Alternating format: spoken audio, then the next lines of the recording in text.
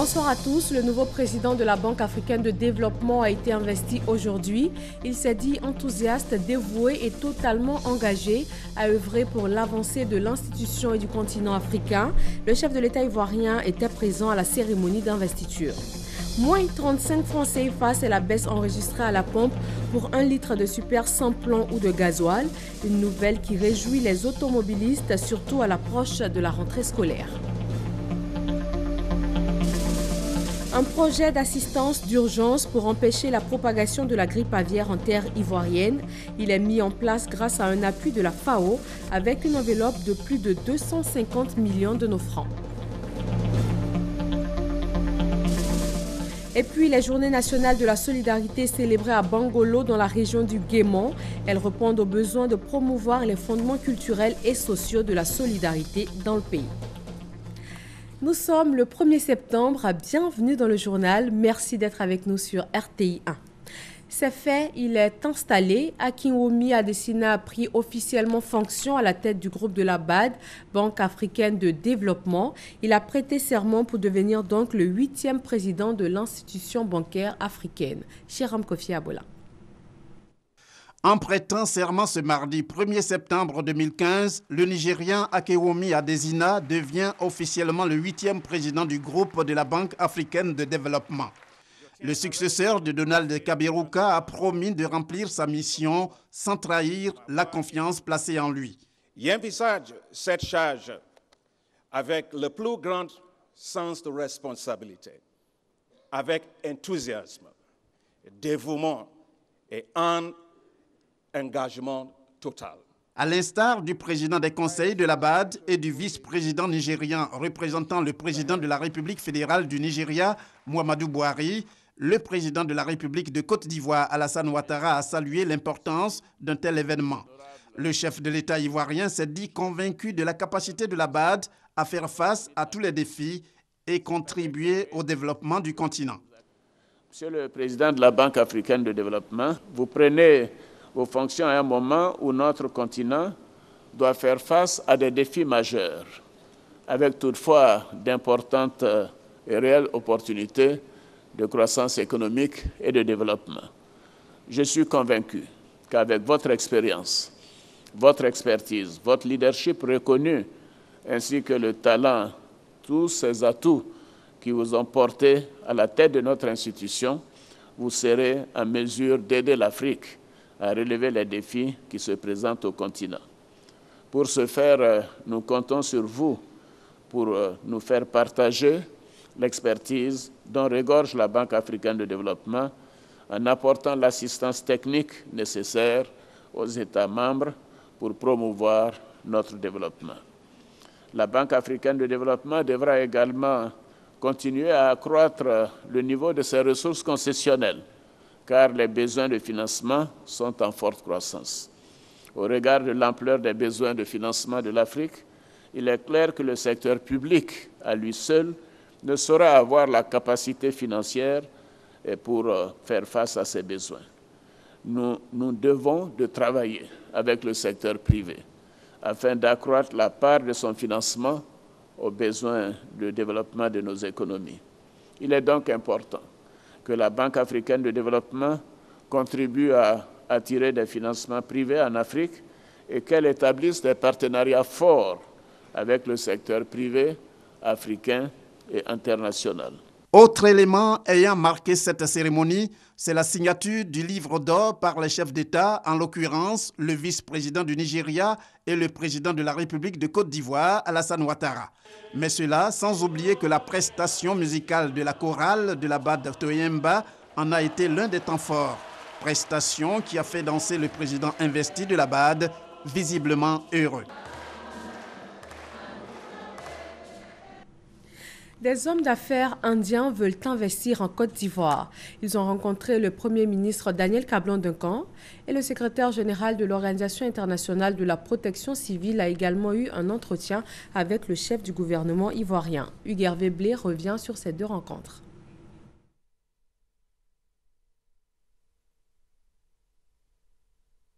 L'environnement des affaires se porte bien en Côte d'Ivoire, c'est pourquoi l'ambassadeur de l'Inde dans notre pays et ses hôtes ont tenu à rencontrer le Premier ministre Daniel Kablan d'un camp.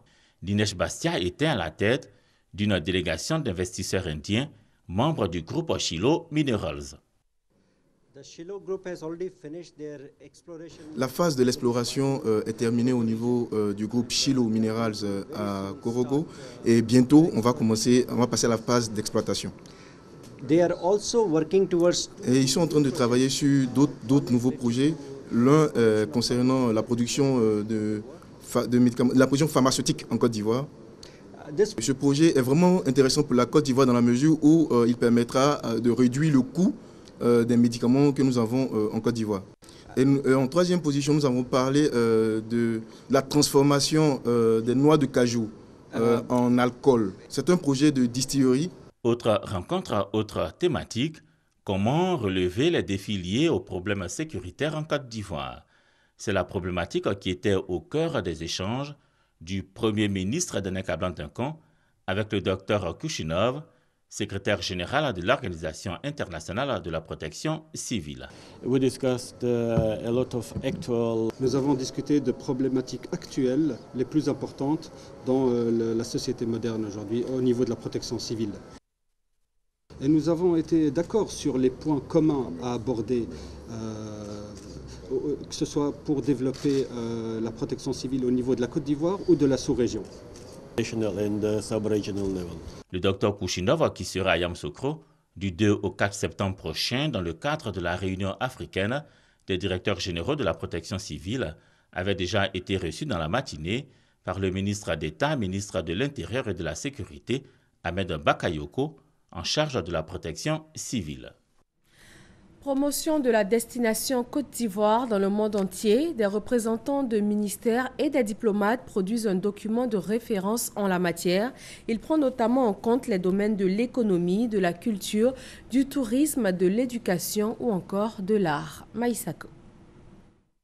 La Côte d'Ivoire entend se repositionner sur la scène internationale. Le pays a dans cette lancée entrepris de fédérer les politiques dans les différents domaines d'activité. Objectif, doter l'administration ivoirienne d'un document de référence d'une politique commune de la Côte d'Ivoire à l'échelle mondiale. Un exercice auquel se sont soumis les représentants des différents ministères et les diplomates du département central. Les travaux ont débouché sur des propositions en vue de renforcer ce document. Rendre le document inclusif en l'étendant à tous les ministères et éventuellement aux institutions étatiques et para-étatiques. Il s'agit de veiller à une mise à jour régulière du document tous les 2 ans pour une information juste des destinataires. Il s'agit enfin de prévoir la prise en charge financière des rééditions du document. Impulser le rayonnement de la Côte d'Ivoire dans le monde par la mise en œuvre d'une diplomatie crédible et plus forte, c'est ce que vise le ministère d'État, ministère des Affaires étrangères. Ce but ne saurait être atteint sans l'élaboration du document de référence. Ce document permettra à notre diplomatie de mieux repositionner la Côte d'Ivoire, de mieux présenter la Côte d'Ivoire et de faire en sorte que la Côte d'Ivoire devienne une destination obligée. Le ministère d'État, ministère des Affaires étrangères s'engage à poursuivre, avec la collaboration de toutes les parties prenantes, la réalisation du document de l'action de la Côte d'Ivoire dans les domaines économiques, sociaux, culturels, touristiques, éducatifs, sportifs et artistiques à l'échelle mondiale. On enregistre ce mardi la baisse du prix à la pompe du super sans plomb et du gasoil, moins 35 francs CFA sur le litre, une nouvelle bien évidemment accueillie avec satisfaction par les automobilistes Armand Boui et Herman Yamia. Les automobilistes ivoiriens et les usagers se sont réveillés avec une surprise agréable. Les prix du carburant baissent de 35 francs à la pompe. Le super passe de 715 francs à 680 francs CFA et le gasoil de 615 francs à 580 francs CFA. Une mesure qui satisfait naturellement automobilistes et usagers du transport en commun. Je constate que ce matin, en venant prendre du carburant à la station, que le prix a baissé. Merci au président de la République qui nous permet de bien vivre. À mon grand surprise, je viens, je donne 10 200, je dis il n'a qu'à me donner carburant 6 200. Or que 6200 me faisait que 10 litres. Maintenant là, vraiment je vois que c'est très bien. Je vois que c'est augmenté à peu près 10 litres même encore. Donc vraiment je suis trop content matin là. Habituellement je prends 5000 francs et ça me va dans les 6 litres. Et maintenant avec 5000 francs j'ai peut-être dans les 8 litres, donc c'est un avantage pour nous. Si les automobilistes se frottent les mains, les usagers du transport en commun, eux, souhaitent une répercussion effective de la baisse des prix à la pompe sur le transport. Pour le carburant qui a baissé, je pense que c'est une bonne chose. Mais nous, on n'a pas de retour parce que le transport ne subit pas de baisse aussi à ce niveau. Parce qu'on a remarqué que c'est quand le carburant augmente que le transport aussi augmente. Mais quand le carburant baisse, le transport reste au même niveau. Rappelons-le, la Côte d'Ivoire s'est dotée d'un mécanisme automatique de fixation des prix à la pompe qui tient compte des variations du coût du pétrole à l'international. Cette baisse du carburant fait partie des actions pour la lutte contre la vie chère, surtout que le coût du transport pèse fortement sur le prix de revient de nombreux produits de grande consommation. Adama Kone. En réajustant à la baisse le prix à la pompe du carburant, le gouvernement pose un acte de haute portée sociale. Le contexte est que la population ivoirienne est en pleine préparation de la rentrée scolaire, moment de dépenses supplémentaires dans le budget familial. À la veille de la rentrée scolaire, la baisse du prix du carburant doit favoriser une réduction des coûts du transport et partant de biens de produits de consommation. À tout le moins, cette mesure devrait permettre de maîtriser l'inflation. Il est admis en effet que dans la structure des prix, le coût du transport est un facteur important. Surtout le gasoil, dont le prix à la pompe n'avait pas changé depuis quelques mois. Or, cet hydrocarbure est le plus commercialisé, donc le plus utilisé par la population. En passant de 615 à 580 francs CFA, niveau atteint pour la deuxième fois en 15 années, le litre de gasoil subit une réduction de 35 francs CFA. Du coup, l'État renonce à une part importante des taxes. De l'avis de spécialistes, le gouvernement rétrocède ainsi à la population plus de 3 milliards de francs CFA pour soulager le panier de la ménagère. Pour mémoire, le prix à la pompe est lié à 3 variables, le coût du pétrole sur le marché mondial, le fret et le coût du dollar. Les analystes, du fait de la conjoncture actuelle, prévoient une baisse de 2 à 3 dollars d'ici la fin de l'année du prix du baril. Cependant, cette réduction sera contrebalancée par la montée du dollar. Toutefois, selon les prévisionnistes ivoiriens, l'espoir de maintenir les prix à un niveau raisonnable est permis. Voilà, cette baisse du prix du carburant s'affiche progressivement dans les stations-service et elle devrait être effective partout jusqu'à demain. De plus en plus d'agressions et de crimes ont récemment été perpétrés par des individus non identifiés dans le district d'Abidjan. Pour lutter contre cette insécurité, les forces républicaines de Côte d'Ivoire, la gendarmerie nationale et la police ont lancé l'opération Brise apaisante. Des explications avec Hamza Diaby. Lutter contre toute forme de criminalité urbaine et dissiper la psychose naissante au sein des populations, c'est l'objectif que se sont assignés les forces de défense et de sécurité. Les grands commandements ont lancé vendredi dernier l'opération Brise apaisante. Nous sommes venus pour lancer l'opération Brise apaisante pour rassurer nos populations. Disons 2 800 environ. Nous serons engagés en ce qui concerne le district, disons la ville d'Abidjan. Mais c'est une opération qui va s'étendre sur l'ensemble du territoire, dans toutes les régions militaires ou de légions ou de police, c'est-à-dire l'ensemble du territoire. Puis le général ajoute qu'il est du devoir des forces de défense et de sécurité de rétablir le calme et la quiétude au sein des populations partout en Côte d'Ivoire. Cap a ensuite été mis sur le quartier Boananikro de la Riviera Palmeraie à Cocody. Sur place, les éléments de la police, aux ordres du commissaire Kouyaté, ont fait une importante saisie de munitions d'armes de petit calibre et de stupéfiants destinés à la consommation, dont des comprimés, des amphétamines et des boulettes de cannabis. Le dispositif sécuritaire a été mis en place depuis le vendredi dernier et c'est de cela que le ministre chargé de la Défense et le ministre d'État, ministre de l'Intérieur et de la Sécurité ont parlé lors de leur rencontre aujourd'hui. Abou Sanogo.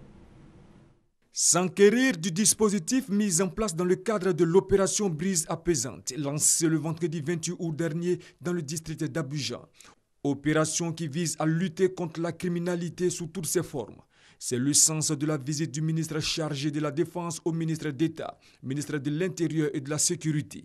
Paul Kofi et Ahmed Bakayoko se sont rendus dans les locaux du Centre de coordination des décisions opérationnelles CCDO pour s'imprégner du dispositif mis en place pour traquer le banditisme rampant qui pourrait se développer dans les centres urbains, notamment à Abidjan.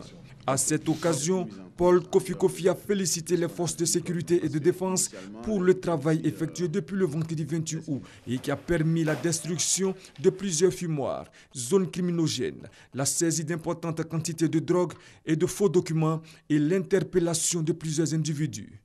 Je voudrais saisir l'occasion pour féliciter nos forces de défense et sécurité et aussi en appeler à la population à garder son calme et sa sérénité, et que ces résultats probants augurent d'un avenir tout à fait prometteur. Les forces ont toujours besoin d'être mises en alerte pour travailler quand il y a des cas d'exception. Donc c'est pourquoi nous faisons des opérations de cette nature. Et pour le reste, c'est donc vraiment les rassurer et leur dire qu'à chaque fois que des problèmes de cette nature sont posés, il y a une réponse. 1638 hommes issus des forces républicaines de Côte d'Ivoire, de la gendarmerie et de la police nationale, appuyés par le CCDO, le Centre de coordination des décisions opérationnelles, prennent part à cette opération de sécurisation du district d'Abidjan. Pour freiner la propagation de la grippe aviaire, la FAO, Organisation des Nations Unies pour l'alimentation et l'agriculture, apporte son aide à la Côte d'Ivoire. Un projet d'assistance d'urgence est mis en place avec une enveloppe de plus de 250 millions de nos francs. Hervé Blé. C'est une signature de convention qui intervient alors que la Côte d'Ivoire affiche sa volonté de lutter contre la grippe aviaire. Le ministre des Ressources animales et halieutiques, Kobena Kwasi Adjoumani, n'aura pas manqué de le souligner dans ses différentes interventions. Depuis avril dernier, la grippe aviaire a été confirmée et son identification dans certains foyers officiellement notifiée par le gouvernement. La FAO, déjà présente dans le cadre de la lutte contre ce virus, avec une équipe d'experts déployés pour prévenir et préparer la riposte contre cette maladie animale, renforce son appui à la Côte d'Ivoire. Cette signature de convention intervient alors que nous vivons un moment décisif dans la lutte contre la grippe aviaire dans notre pays. Avec la signature de cette convention, nous assistons à une nouvelle étape d'un partenariat fructueux au service de l'amélioration des moyens de lutte face aux menaces et dans les situations de crise. Le projet d'assistance d'urgence pour le contrôle des foyers de grippe aviaire, dont les documents ont été signés par la FAO et le ministère des Ressources animales et halieutiques, va coûter à la FAO 272 millions de francs CFA. Le nouveau projet aura donc pour impact la sauvegarde de la sécurité alimentaire et nutritionnelle de la population, l'accroissement de la résilience et la protection de la santé publique en veillant à ce que la maladie IHP soit contrôlée et sa propagation empêchée dans les zones endèmes de Côte d'Ivoire et des autres pays en Afrique de l'Ouest. L'État de Côte d'Ivoire qui a demandé et obtenu le soutien de la FAO pour lutter contre la grippe aviaire a bénéficié avec ce projet d'une contribution non moins importante à sa lutte systématique contre la circulation dans le pays du virus de la grippe aviaire. Selon certaines firmes internationales, la consommation de l'huile de palme serait à l'origine de l'obésité et d'autres maladies. Archifo, répondent les experts du FIRCA, Fonds interprofessionnel pour la recherche et le conseil agricole. Ces experts travaillent donc sur une stratégie de communication afin de vendre les bienfaits de l'huile de palme au niveau national et international. Herman Yamia. Largement utilisée dans l'industrie agroalimentaire, l'huile de palme a mauvaise presse, surtout en Europe. Elle fait l'objet d'une véritable campagne de dénigrement systématique depuis quelques années. Il lui est reproché de contenir 50% de matières grasses saturées impropres à la consommation humaine. Il considère qu'elle contient des produits nocifs pour la santé, qui est source également de diabète et qui peut créer beaucoup de problèmes cardiovasculaires Et qui plus est, c'est une huile d'après eux qui est produite par un arbre qui s'appelle le palmier à huile, dont la culture détruit la forêt et donc est un danger également pour l'environnement. L'huile de palme, selon les experts du FIRCA, le Fonds interprofessionnel pour la recherche et le conseil agricole, est concurrencée par d'autres types d'huiles végétales comme l'huile de soja, d'arachide et de tournesol, produites majoritairement en Europe. Cette campagne de dénigrement vise donc à les positionner au détriment de l'huile de palme. En initiant cet atelier, le FIRCA veut élaborer une stratégie de communication pour réduire les effets néfastes des attaques contre l'huile de palme. Nous sommes aujourd'hui le deuxième pays producteur africain de l'huile de palme, le premier pays africain exportateur de l'huile de palme. C'est inconcevable que nous restons là à ne rien dire. Regardez par exemple, dans certains supermarchés, on met 100 produits d'huile de palme. Nous distribuons à peu près 50 milliards aux petits producteurs et la première et la deuxième transformation font un chiffre d'affaires un peu plus de 500 milliards. Vous voyez, c'est beaucoup d'investissements. L'huile de palme rouge non raffinée ni traitée est considérée comme l'aliment naturel le plus riche en vitamine A. Elle en contient environ 15 fois plus que la carotte. Elle a également des vertus anti-rides et elle est très utilisée en Occident dans les cosmétiques, notamment les fonds de teint.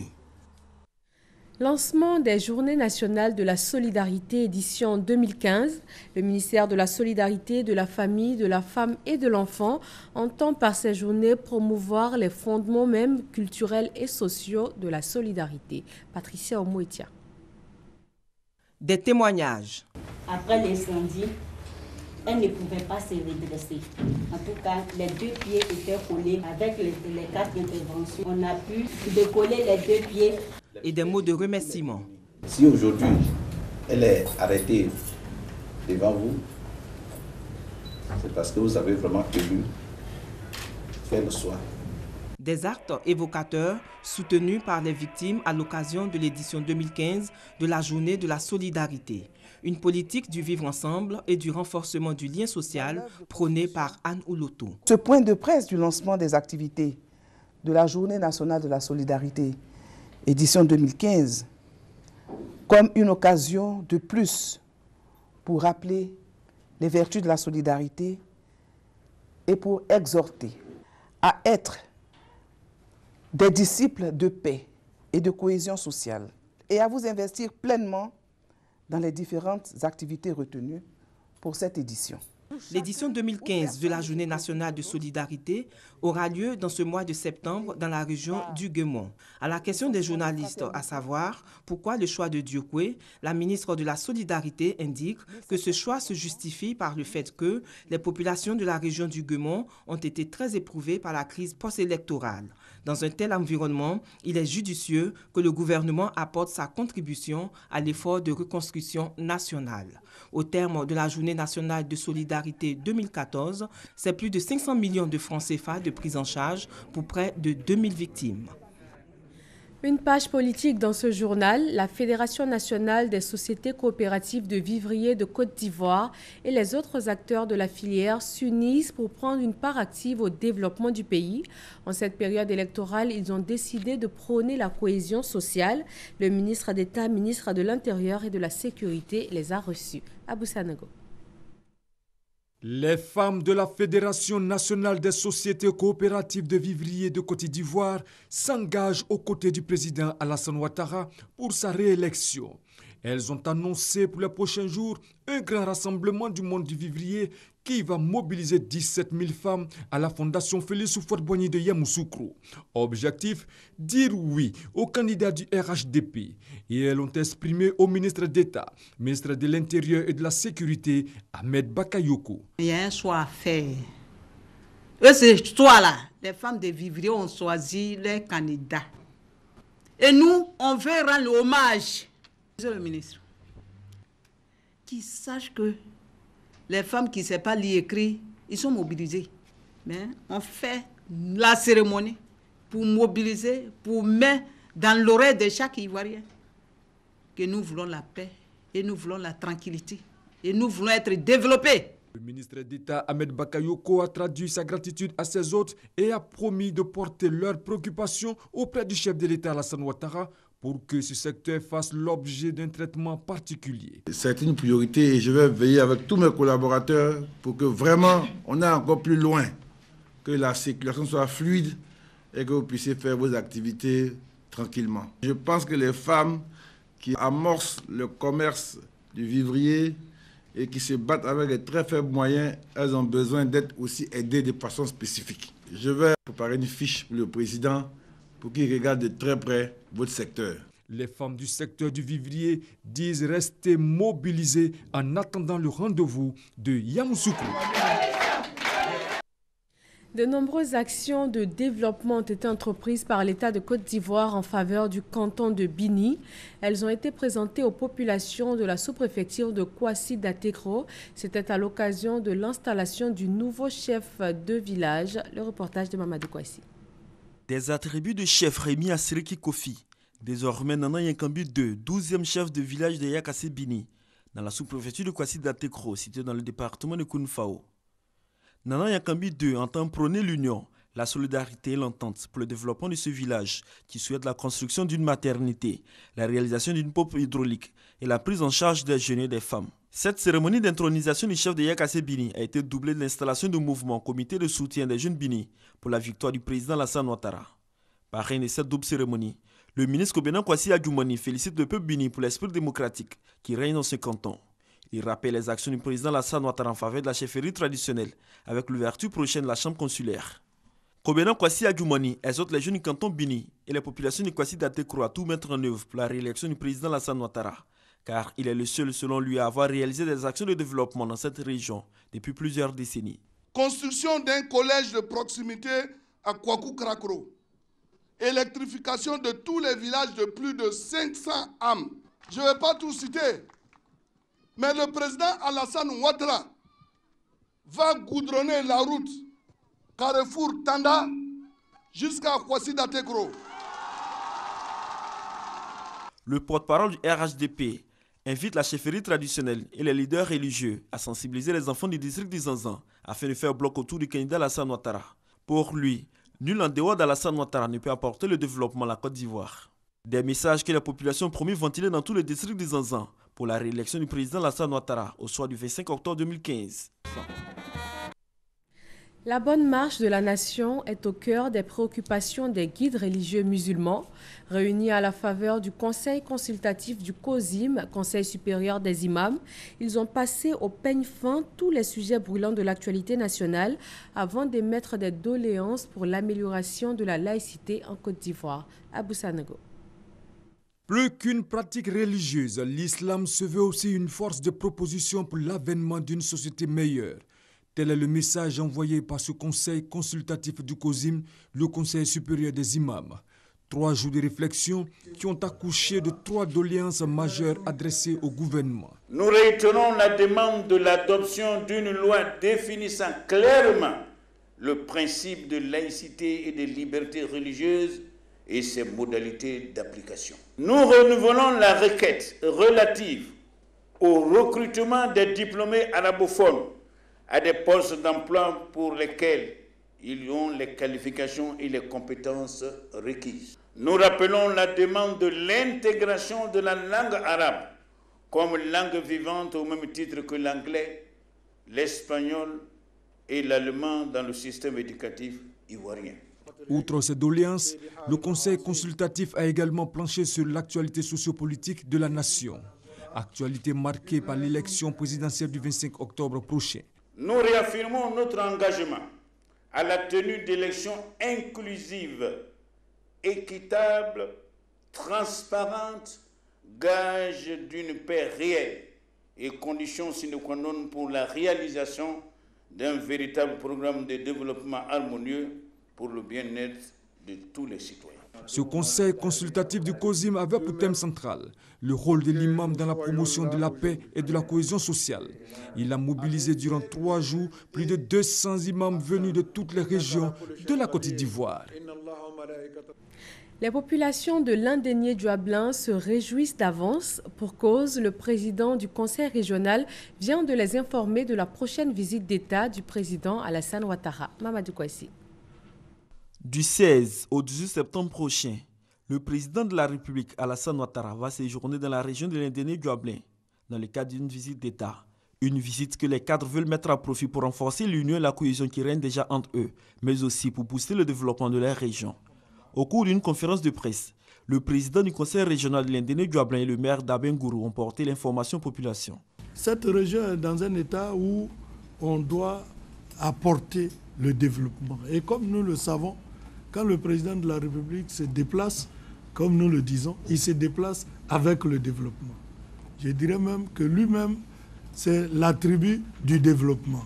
Donc nous attendons beaucoup de cette visite. Pour les conférenciers, cette visite vient redorer l'image de la région. Une région qui amorce son développement grâce aux actions posées par le président Alassane Ouattara. Ils invitent par ailleurs les populations à tout mettre en œuvre pour faire de cette visite d'État une réussite. Nous avons foi de ce que le président de la République va, ma foi, analyser ses besoins et puis nous apporter des réponses à court, moyen et long terme pour régler nos difficultés et relancer la machine du développement dans notre région. Sur le terrain, ce sont plusieurs missions qui sont conduites en vue de mobiliser les populations. Car l'Indéné-Guablin veut battre le record de la mobilisation, mais aussi celui de l'organisation de toutes les visites d'État du président Alassane Ouattara.